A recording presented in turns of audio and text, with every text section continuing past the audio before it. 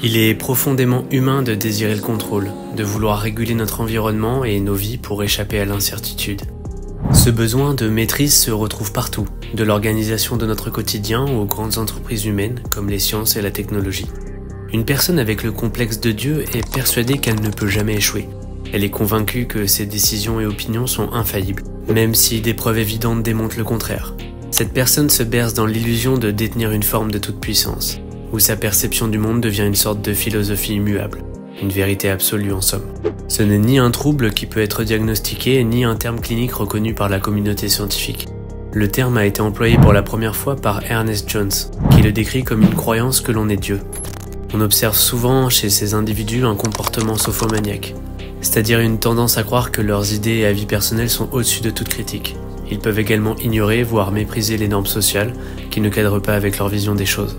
Selon certaines études, on reconnaît ce complexe chez quelqu'un lorsqu'il fait preuve d'une confiance absolue en ses propres propos, actions et pensées, sans jamais se remettre en question ni admettre ses erreurs.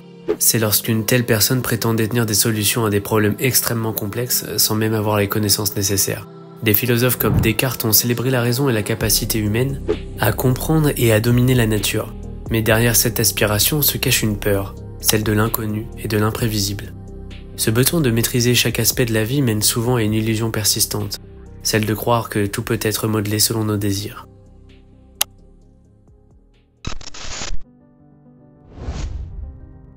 Prenons un instant pour réfléchir à nos vies. Combien de fois avons-nous rêvé de revenir en arrière, de changer une décision, d'éviter une erreur? Mais la réalité est bien différente. La vie est, par essence, imprévisible. Imaginez un monde où chaque décision, chaque événement est sous votre contrôle. Serait-ce une utopie ou un enfer? La théorie du chaos popularisée par le météorologue Edward Lorenz illustre ce concept. Dans un système complexe, de minuscules variations peuvent entraîner des résultats radicalement différents. Ce phénomène, souvent résumé par l'effet papillon, qui décrit comment un simple battement d'ailes de papillon à un endroit du globe peut déclencher à terme une tempête à l'autre bout du monde. Ce concept montre que même dans un système parfaitement compris, les prédictions précises sont impossibles. Cette idée est aussi présente en philosophie, notamment avec les travaux d'Heidegger, qui voyait l'existence humaine comme une série de possibilités ouvertes et imprévisibles. La vie, selon lui, ne peut jamais être totalement maîtrisée ou contrôlée. Elle est marquée par l'incertitude et l'ouverture. Au quotidien, nous en faisons tous l'expérience. Combien de fois un petit imprévu a-t-il bouleversé nos plans? Ce sont souvent ces moments inattendus qui redéfinissent nos trajectoires, pour le meilleur comme pour le pire. Cette image traduit une réalité fondamentale. Nos décisions, même les plus insignifiantes, résonnent de manière infinie et imprévisible dans le tissu complexe de l'univers. Chaque rencontre fortuite, chaque erreur et chaque changement de plan participent à façonner qui nous sommes.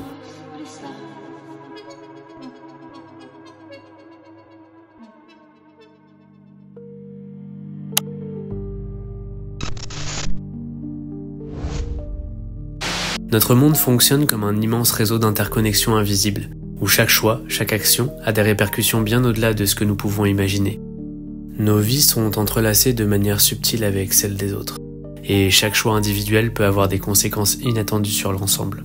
Tout ça, ça signifie que nous contrôlons jamais vraiment les résultats de nos actions, car elles sont toujours influencées par une multitude de variables externes, souvent invisibles et hors de notre portée.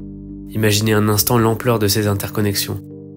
Un petit mot de trop dans une conversation peut rompre une amitié de longue date, mais aussi un geste de gentillesse qui peut bouleverser la vie de quelqu'un, ou encore une simple idée qui peut révolutionner un secteur d'activité. Nos vies sont faites de ces infimes décisions, qui, une fois accumulées, sculptent le cours de l'histoire.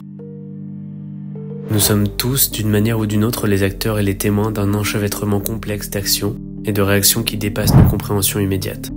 Cette interconnexion universelle souligne l'impossibilité de tout contrôler. Pour espérer un contrôle absolu, il faudrait non seulement une connaissance infinie de toutes les variables en jeu, mais aussi une capacité surhumaine à anticiper chaque action en chaîne que nos actions pourraient engendrer.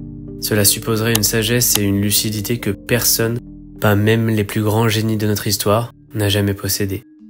Quand Tim Berners-Lee inventa le World Wide Web, tu sais, ce petit www qui te permet de naviguer sur Internet, eh bien, il ne pouvait pas prévoir la totalité des impacts que son invention aurait sur la communication, l'économie, la politique et la culture mondiale.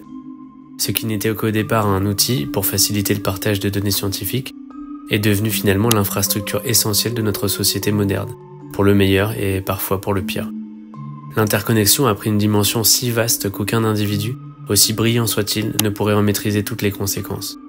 Un autre exemple est celui des décisions politiques. Un choix stratégique pris par un leader peut déclencher des changements à l'échelle planétaire. Des guerres, des migrations massives, des bouleversements économiques. Mais ces décisions sont souvent prises dans des conditions d'incertitude, avec des informations partielles ou biaisées, ce qui rend impossible la prévision exacte de leurs répercussions.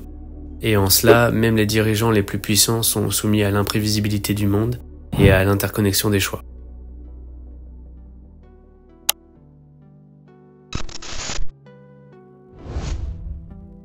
D'abord, il faut comprendre que ce besoin de contrôle n'est pas simplement une envie de bien faire ou d'éviter les imprévus.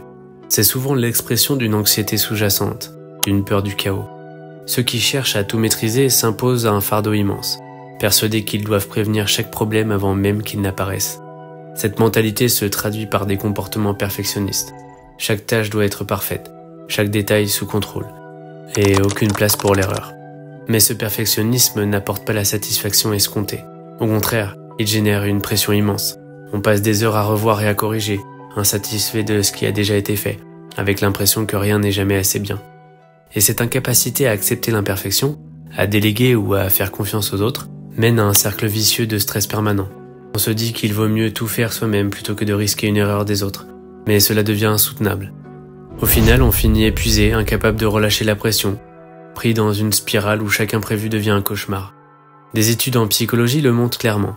Les personnes qui refusent de lâcher prise sont souvent plus sujettes à des troubles comme l'anxiété, la dépression et le burn-out. C'est logique en fait. Quand on y pense, à force de vouloir contrôler l'incontrôlable, on finit par craquer. Mais le besoin de contrôle ne se limite pas à l'individu. Il a des conséquences directes sur les relations avec les autres. Dans le cadre familial par exemple, vouloir gouverner chaque aspect de la vie des autres membres de la famille peut créer un climat d'oppression. Un parent qui surveille constamment ses enfants, dicte leurs moindres mouvements, ou un conjoint qui veut décider de tout. Des vacances jusqu'au repas du soir. Tout ça risque de provoquer des tensions. Les relations deviennent étouffantes car les autres se sentent dépossédés de leur liberté, de leur capacité à décider par eux-mêmes. Ce qui devait être une relation de soutien et de bienveillance se transforme en une dynamique de contrôle, créant un environnement conflictuel où la frustration prend le dessus. Ce besoin de tout posséder, de tout contrôler, a mené certaines des figures historiques les plus célèbres à leur chute. Si on prend par exemple Napoléon ou Alexandre le Grand, ces hommes, fascinés par l'idée de tout régenter, ont mené des campagnes impressionnantes, étendant leur domination sur d'immenses territoires. Leur soif de contrôle semblait sans limite, mais leurs ambitions démesurées les a finalement conduits à leur perte. À force de vouloir contrôler toujours plus, ils ont oublié une leçon fondamentale. Le pouvoir et le contrôle absolu sont une illusion. Plus ils étendaient leur emprise, plus ils devenaient prisonniers de leurs propres conquêtes. Leur déclin est venu précisément du fait qu'ils ne pouvaient pas tout maîtriser. Leur empire était trop vaste, les événements trop imprévisibles pour qu'ils puissent maintenir cette illusion de contrôle.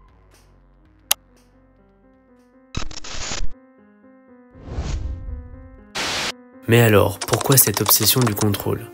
Peut-être est-ce une réponse à notre peur de l'inconnu, à cette angoisse viscérale face à ce qui nous échappe. En cherchant à tout diriger, nous essayons de donner un sens à ce qui ne peut pas être expliqué. C'est une façon de se rassurer, de croire que l'on a le pouvoir de façonner notre destin. Mais cette quête du contrôle nous éloigne souvent de l'essentiel. Être dans l'instinct. En réalité, chercher à tout maîtriser nous rend juste plus vulnérables, car on se heurte sans cesse aux limites de notre contrôle. Ce besoin de dominer finit par devenir un fardeau insupportable. L'évolution elle-même est un processus chaotique, une danse complexe entre hasard et nécessité. Les émotions sont en réalité des réponses à notre environnement, à notre biologie. Elles nous guident, nous protègent, mais elles nous rappellent aussi notre nature fondamentalement humaine.